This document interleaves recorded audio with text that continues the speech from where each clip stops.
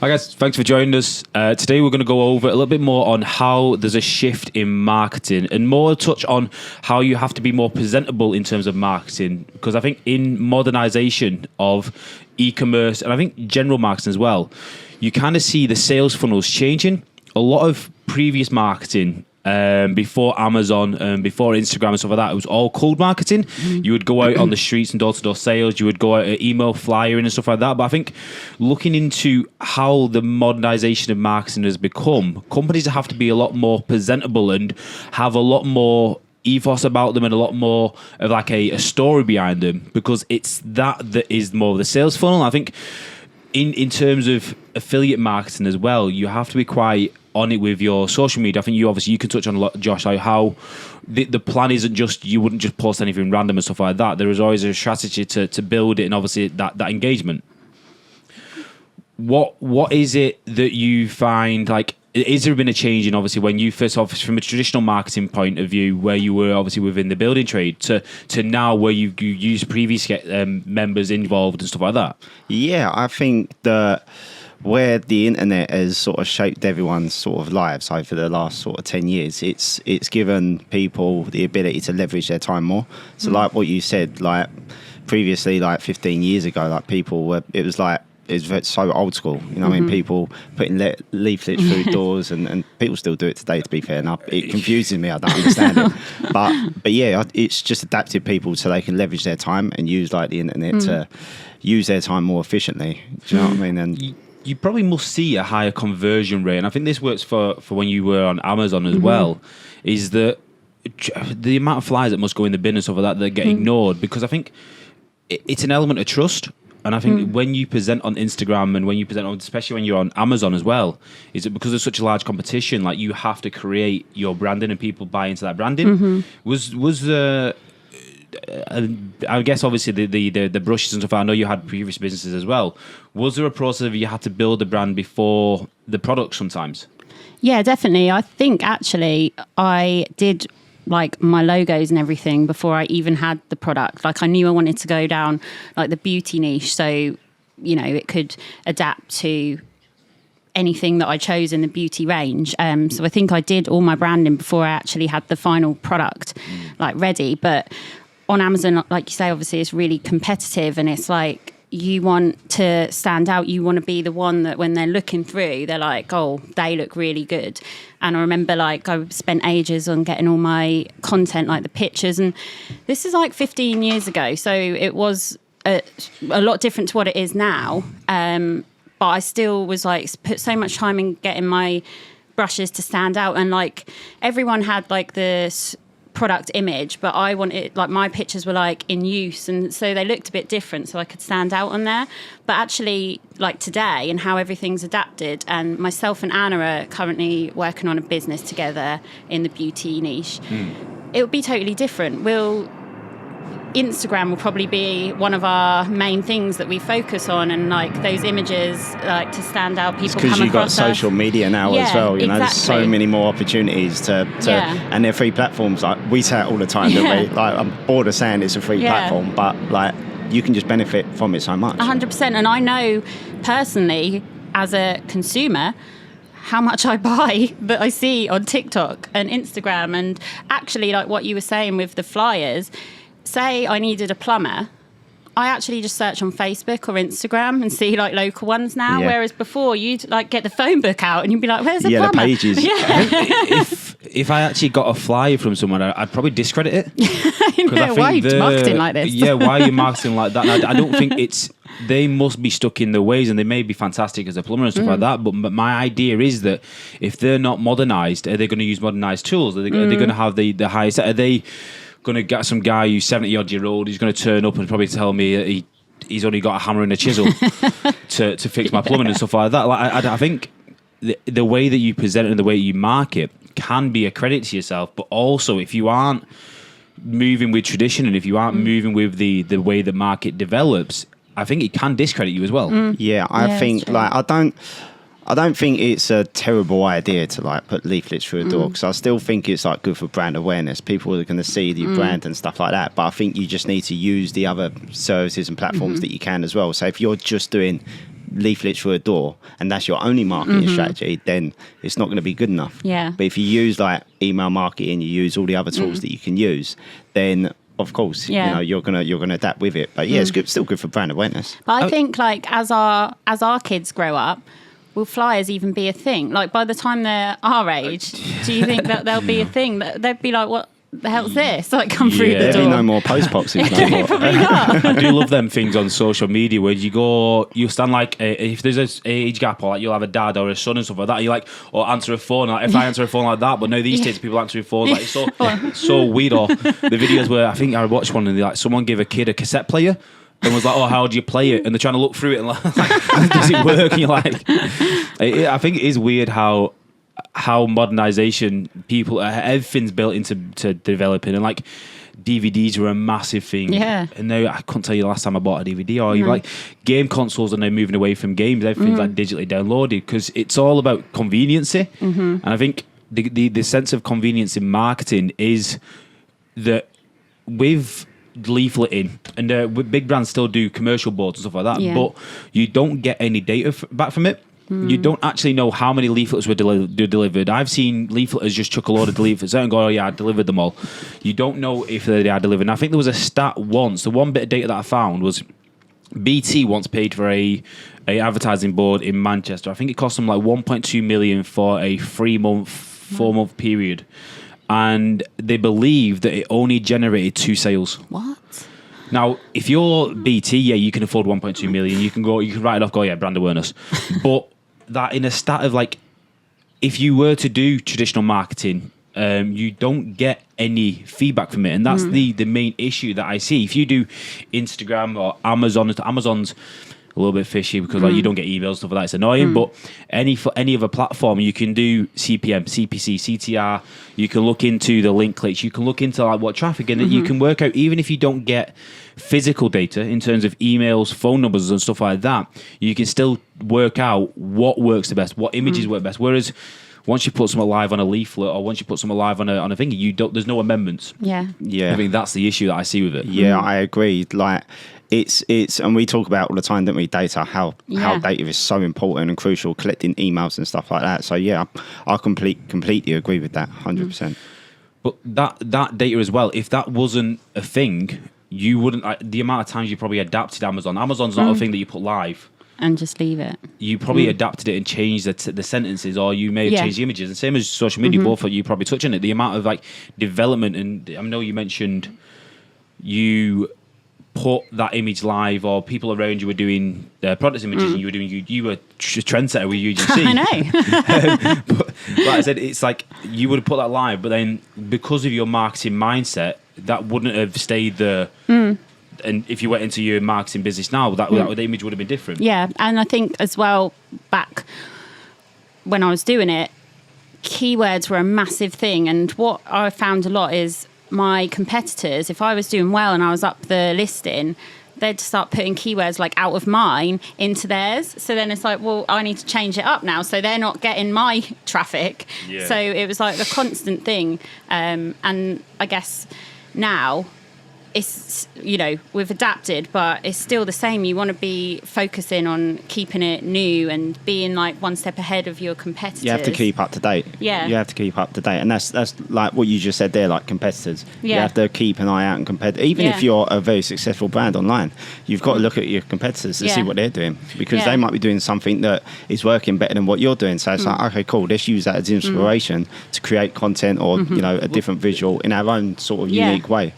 There's a saying for a reason that you've got your 15 minutes of fame. And I think that's a very useful saying, or a very used saying, because it is correct for a lot of people. And because of how quick social media moves on, like you do have 15 minutes of fame. And if you're trying to replicate that, and I think one of the biggest examples is that there was a guy called Chicken Shop Connoisseur or something like that, who used to go around and like he had a channel. He was on YouTube and then went to Channel 4, and he was a massive hype for about 3 months.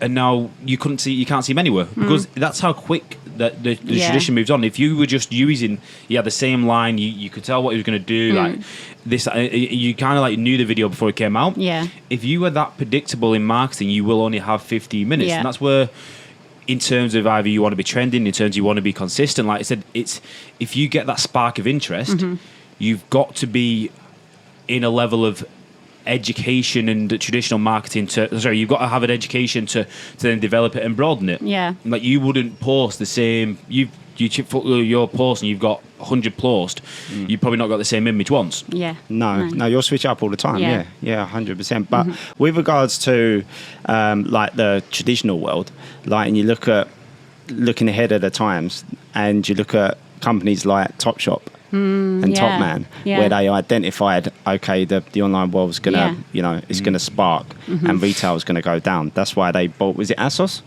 ASOS bought them out.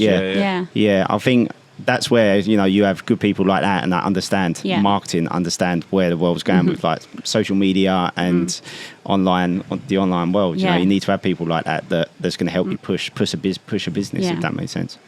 Yeah, and I think speaking about traditional, like you mentioned ASOS and Topshop there, you think about how many businesses on the retail street now are going bust. I think Debenhams have just moved online. Yeah. Like they've now not got a store, and I think the biggest shopping centre in Manchester, especially for up north, you guys are down south, you might be more privileged, but we have the Trafford Centre, and in the last 7 years it's been sold 5 times because it's not making a profit. Yeah. Really?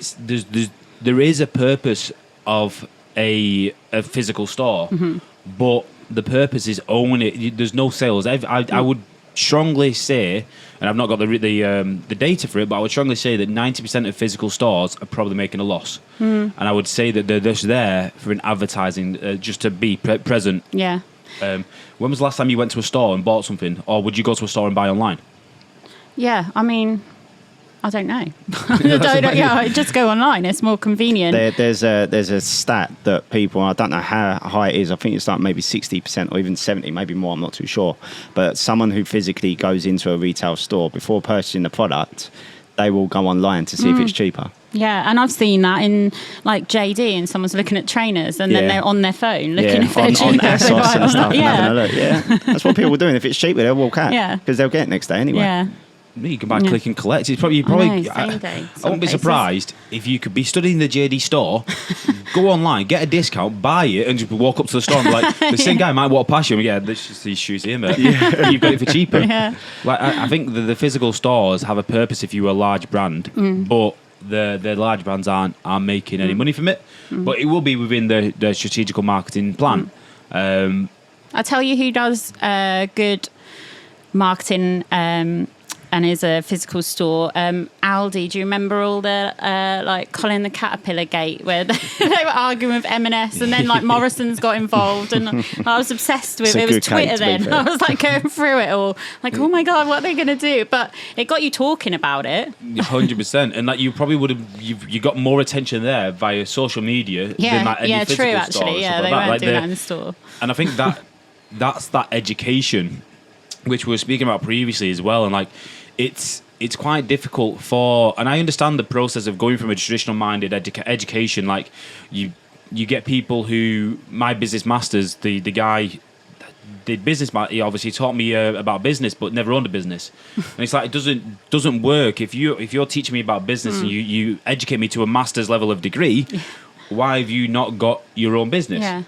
And but I think it is difficult, and I found the process of, once I got a master's and once I got educated, to then traditionally want to go into purpose of educating again, and then go into a mindset of we're continually educating it. Like it's difficult and I understand if you were maybe above 15, you're successful and stuff like that, like you don't really want to do it, and a lot of people hire younger. But did you guys find from leaving school to having, obviously we all went into 9 to 5s, then trying to get back into the mindset of education, was that difficult for you as well? Because that's one of the hardest things to try and want to learn again. Yeah, definitely. Like when I started Amazon, I did like a online course. I went and attended an event in Las Vegas, and like I just remember having notebooks to get. I mean, I was actually excited about it, which at school I wasn't excited about learning, so it had a difference there. But I was just writing all these notes and like thinking like, right, I don't understand this, and then like going through everything again. But then I did enjoy it at the same time, whereas like I said, school I didn't enjoy. So I think it is hard to get back into that mindset. But when it's something that you want to do and it's going to benefit you, where when you're a kid at school you don't think this is ever going to benefit you, like you're learning about pi and whatever, like we spoke about it yesterday on the podcast, but that's where you have a different purpose. Your purpose of education during school is, why am I here?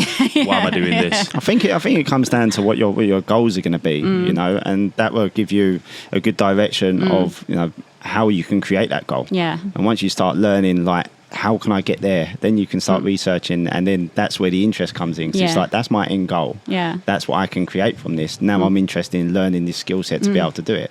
So I think, I agree. Think it can be a lonely process when you first start going back into that education, because there is an outside of change. This is why I love the community, because you come into a community where everyone's supporting, and you've got experts that obviously you can message us anytime, we'll reply back to you. You've got other members that are successfully, and I think the good thing is as well is that you're always going to have members at different points.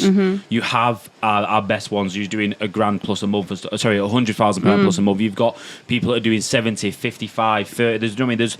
There's a store there that has gone from nothing all the way up to an education and stuff like that. Like, we have one member who started it because their partner went away for a little bit.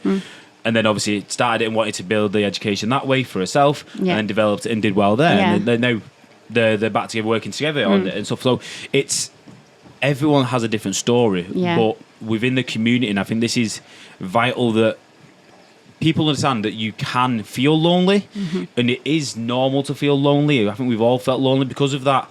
You're trying to be different. The traditional world and the traditional mindset will be to laugh at you. Like, 100%. Why are you trying to do this? Like, you're an idiot.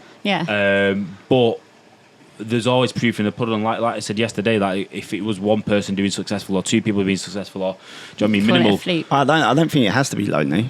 Do you know what I mean? Like, if you've got a community of people around you that have the same mindset, and everyone's like-minded, it don't have to be a lonely process. It can be at the beginning because you're new to it. You don't really know people. And you try and tell people around you about it. And that's the worst thing you can do, you know, because like you just said, people are just negative around you. Like, your best friends just won't want you to level up, because they don't want you to be better than them. You know, so which is sad. Well, that's where I think that's all Ryan's story this morning. Your network is your net worth. Like, and I think it's not always about you may be the most intelligent person in the room, but there's a difference between being intelligent and being smart. Like, if you're the smartest person in the room, then that means that you have the resources, you can bring people together and that you want to be. If you're intelligent, level of intelligence, I can tell you what 15 times 15 is 215. I can tell you, do you know what I mean? Like, what the divide and stuff like that. Like, that's a level of intelligence. But if you want to be smart and resourceful, people call it street smart, you call it whatever you want, it's where you can take that level of processing and move it around to different scenarios. And I think that's where what you've got to be. You don't have to be, and I think this is people's biggest fear as well. And I think I've come across a couple of times that people are like, I've never used a computer, or I can't do this, I can't. And I think, do you guys find, you probably see it more often than not, and especially obviously within influencer marketing more than I do, is that the traditional mindset is to be negative more than positive. And you probably get a lot of people say before you've even started is that I can't do it. I've never used a computer and stuff like that. You'll always get the negative outweigh the positive all the time. I think people, I said this the other day, I don't know if I said it to you guys or just to Ryan, but people will always look for a reason not to do something rather than a reason to do something. It's fear. I think it's fear. I think fear is the biggest killer of dreams. Like, I think the biggest fear of people is, one, not making money, and two, not getting the results that they wanted. But for yourself to create something successful and get the results, you have to go through that stage at the beginning. You've got to step outside your comfort zone. You've got to learn something. It's the only way you're going to be able to do it. 100%. Yeah, and like you said, like I mentioned before, it's not going to be easy. You do have to, like Tami mentioned, though, you have to be excited about it. You have to want to do it, and like I said, it won't be something that you pick up straight away. Your brain has to process, because traditionally you're used to being processed and doing 9 to 5, this, that. Whereas you've got to now kind of go back into an education loan. You've got to be, okay, I want to educate myself, I want to learn. And like I said, if you enjoy the process, like I said, people want to rush to the end goal so often and so quick, and like that's where you get quite disheartened sometimes, because you're not done 100 steps in one go and stuff like that. Like, just enjoy the process. 100%. But you go back to like the traditional world, when people want to transition into a new job, they're more than happy to Yeah. learn the skill that they've never done Yeah. before. But Yeah. that's because it's comfortable, because they know they're getting paid every single month Yeah, or something true, like yeah. that. But going back to like network and having a circle around you, it's so easy to build a network now with social media. Yeah. Like, Yeah, how did we easier all than meet? ever. Social media. Yeah, true. Yeah. Like, it's so easy to do it nowadays Yeah. as well. So Yeah. I just wanted to touch on that, because Yeah. people just like disregard that. Like, network. How do I find network? yeah, It's quite Yeah. easy. Literally, Use social media. You can Everyone's literally there. send a message I to literally- anyone. I sent one DM to Ryan. He phoned me. I And he ignored deleted him. Now we're it. stuck with you. Yeah, I sent one DM, and now guys, I'm here. It's fine. I remember I was literally on the day off with Chloe, and if I'd have answered the phone with Chloe on it, I wouldn't have been alive. Never mind here. So I was like, I'm really sorry, mate. You said we were going to call tomorrow when Chloe's working, so then I can answer the call. But like I said, it's one DM away. Yeah. And I think I always bring back the beauty of change and having experts or having people like that. Like, people forget that we're not unattainable in terms of messages and stuff like that. Like, we are more than happy to be your network. Yeah. We're more than happy to be your support net and stuff like that. Like, the purpose of becoming experts and stuff like that is that we want to better your education. We want Yeah. to better you as a person. Like, whatever you want to do in terms of, if you want to do anything in terms of affiliate marketing, you want to get better at posting on social media, you want to get better at, it doesn't even have to be, I know obviously that we do give you, if you're in a circle, we give you a website and stuff like that, but if you have a business and you want to benefit your business, we're more than happy to work with you on your business. Like, we're Yeah. not just here to It's build not just new. what we give you. And Yeah. mindset as well. Yeah, Massive, 100%. massive, Yeah. Someone was going to talk then. So I was waiting for one of you two to talk then. But no, yeah, I agree. Like, mindset. Like, it's not just come in, like, we're here to help you make money. Like, we're here to change your life. Mindset. Yeah. And do you know show what I mean? you what's possible. Yeah. Because from the 9 to 5, you just think that's and that's like the fear coming into it again. You just think that's not possible, and that's as well the like telling yourself reasons not to do something. Oh, I don't want to do it in case I don't get those results. But like, tell yourself, I'm going to get those results. Like, show me how, and that's all there for you. That's why we've built a community. Yeah, because we know 100%. what it's like when people try and Yeah. do it on their own. You Yeah. can't do it on your own. Yeah, you can't. You have to have people around you to do it, and that's why Yeah. we got a very strong community. Yeah, we have. Like, everyone in the community is just so like passionate about Yeah. what we do, which is incredible, Yeah, isn't it? yeah, it is.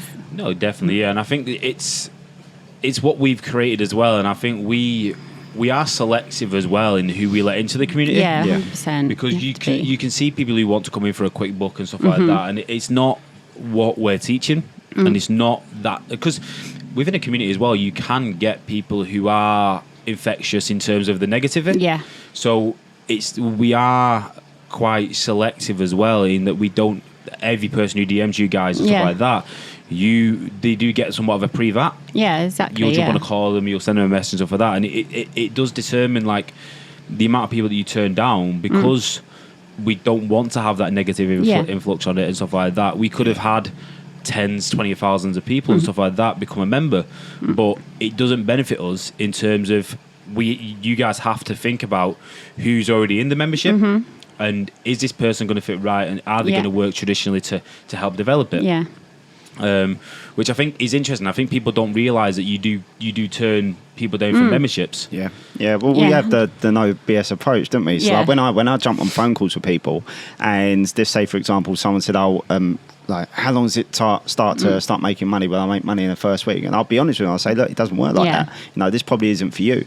You know, we don't need their business. Yeah. We're here to help you build a business Yeah. for longevity." So I think that's probably why we've got such a strong community, because of the no BS approach that Yeah, we have. 100%. Not just telling people what they want to hear because we want more members. It's, Yeah. it's kind of the opposite of that. We'll tell you like how it really is, and if you can relate, like you want to be in that, then you'll fit into the community, Yeah. and you've got a community of people around you that will help you get to that end goal. Yeah, because I think like you mentioned, and like I said, it is that no BS approach, and it is what we want to create. And like I said, we're inviting you into our family. Yeah, it is like a family. infectious people obviously can create negativity, and obviously they can infect other people, and we don't want you to be infected by someone negative. And like I said, it is interesting, like I said, and I think the amount of people that don't realise that we do turn people down. And like, if you are within change, you are selective because we believe you have the potential, 100%, and you have the passion. You're not just a paying member, and I think it's something that we want to push. You are here for a reason. We know we have something special. Yeah. No, definitely. But I think going back to the education side of it, within cold marketing and cold testing, I think, is there anything that you've kind of learned that allowed you to accelerate within Amazon? I know you said, obviously, what was the thought process going from non-product product images to UGC such like 15 years ago? What was the choice for that? I just am one of these people that don't want to be the same as everyone else. So mine was more like, everyone's doing that, I'm going to do something different, which potentially is the wrong way to look at things, because if they're getting sales, like, maybe I should have copied. But I just wanted to stand out, and I've always been like that. Like, okay, they're doing this, right, what can I do that's different? And I just tried it, and that was what worked. So I did more of that. But I mean, back then, it probably a smarter idea probably would be to copy and replicate other people who were doing. Yeah, but the business, it wouldn't be where it is now. Do you know what I mean? True, If you yeah. would, like, you didn't want to be a sheep. Yeah, you know? yeah. You wanted to separate yourself. You mentioned smart, but like I said, it's not smart in terms of if you were just to copy and paste. Exactly, that's what I was thinking at the time. So yeah, I just thought, right, they're doing that, what can I do to be different? Gave it a try, and I mean, if it didn't work, then I probably would have gone back and just kind of replicated in my own way what everyone else who was doing well did, but it worked. So No, definitely, yeah. And I think it's that differentiator that obviously then allowed you to build that presence within a somewhat of an expert. And one of the hardest things is obviously being separate to the pack. But was there, just because I think it does affect people, what was your process behind not being negative around it and stuff like that? Were you just set on like, this is the plan? Because again, you wouldn't have had the support that we have within change, stuff like that. Didn't. What was the process of, obviously, and I guess you probably may have had negative thoughts during it. Am I doing it right? And stuff like that. What was it the more that you'd set a goal and stuff like that, or what was the process of why you did it? I think when I got my product, I was just so happy with it. Like, I was really, really excited about it. So it was really the passion for, like, I knew my product was good. So I was like, I know this will do well because I've tested it. I've, given it to friends and family to try. They all gave me really good feedback, and I gave it to people that were quite critical of me even wanting to do it, and they gave me good feedback. So, like, I thought it must be a good product. So it was the passion that sort of drove me forward. The thing with the course that I bought, there was no one to speak to. Like, I went to a live event, I was in a room with like 1,000 people. I couldn't just go up to someone and say, like, do you think my Amazon looks good? Do you think I'm doing it? Well, look at my picture. Like, there was no one. Like, and obviously the difference with our community is someone could just say to you, Anthony, just check my ad. Do you think, like, the content looks good? Well, I didn't have any of that. And it did feel like almost like a guessing game at times. Like, I'd gone through the training, but then there's things that you obviously take your own creative on to push forward, and no one around me, like, at that point I had no one around me. This is before I was with Ryan. I had no one really who actually gave a shit to say, like, yeah, that looks good. And even if they did give a shit, like, they don't know what they're talking about. So it's just like trying and testing and nobody to ask. So that's one of the reasons, like, I'm so proud and so passionate about the community of change, because I know how that felt back then. And yeah, I had the education, but I didn't have anyone to speak to about it. Definitely, and I think that's why we emphasise that we do masterminds. You do the something nearly every day. Like, we try.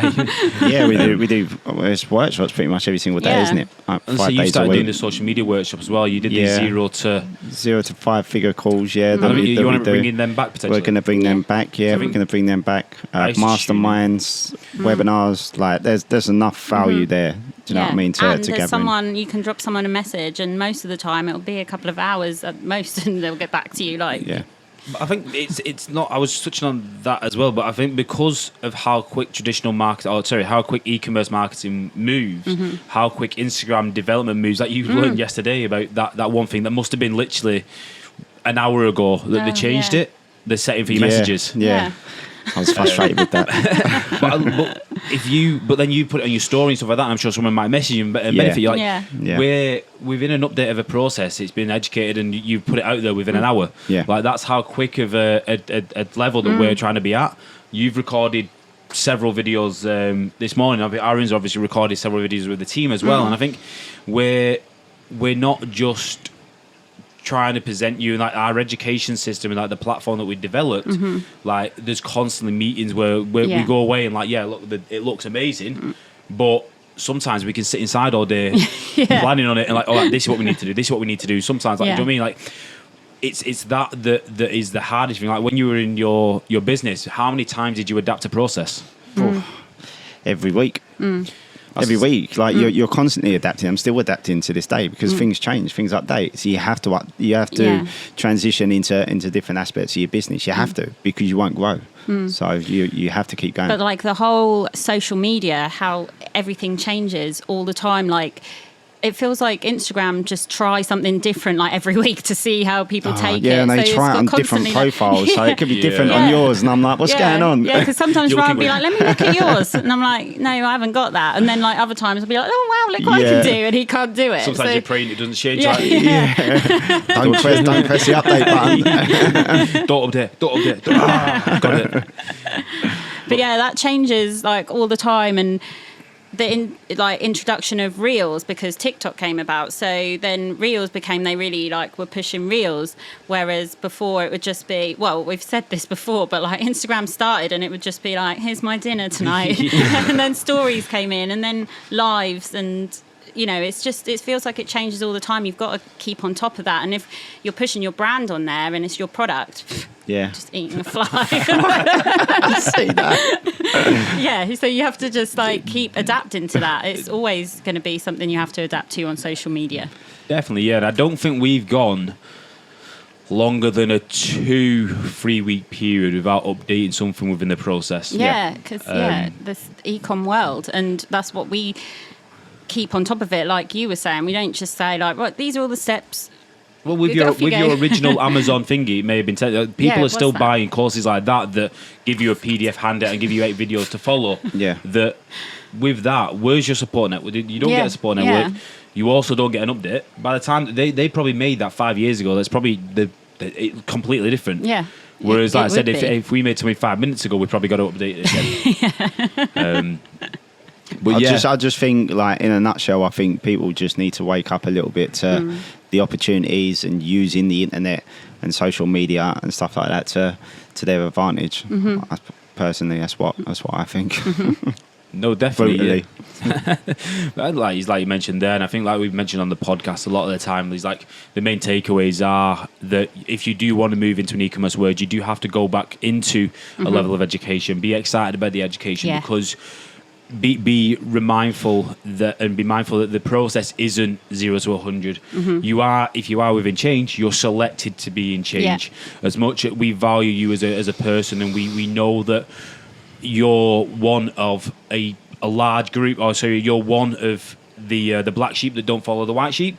We can see the potential in you, and we understand that why you want to be here, and we can help develop you. There's something that one of Ryan, Reese, Tami, Josh have seen within you that believe can give you that level of education. Is why you're going to be here. And I think, like I said, just being mindful that the process is enjoyable. Please enjoy it. Reach out to us. But thanks for joining us today, guys. Yeah, Yeah, thank you, guys. Thanks, Good on guys. that.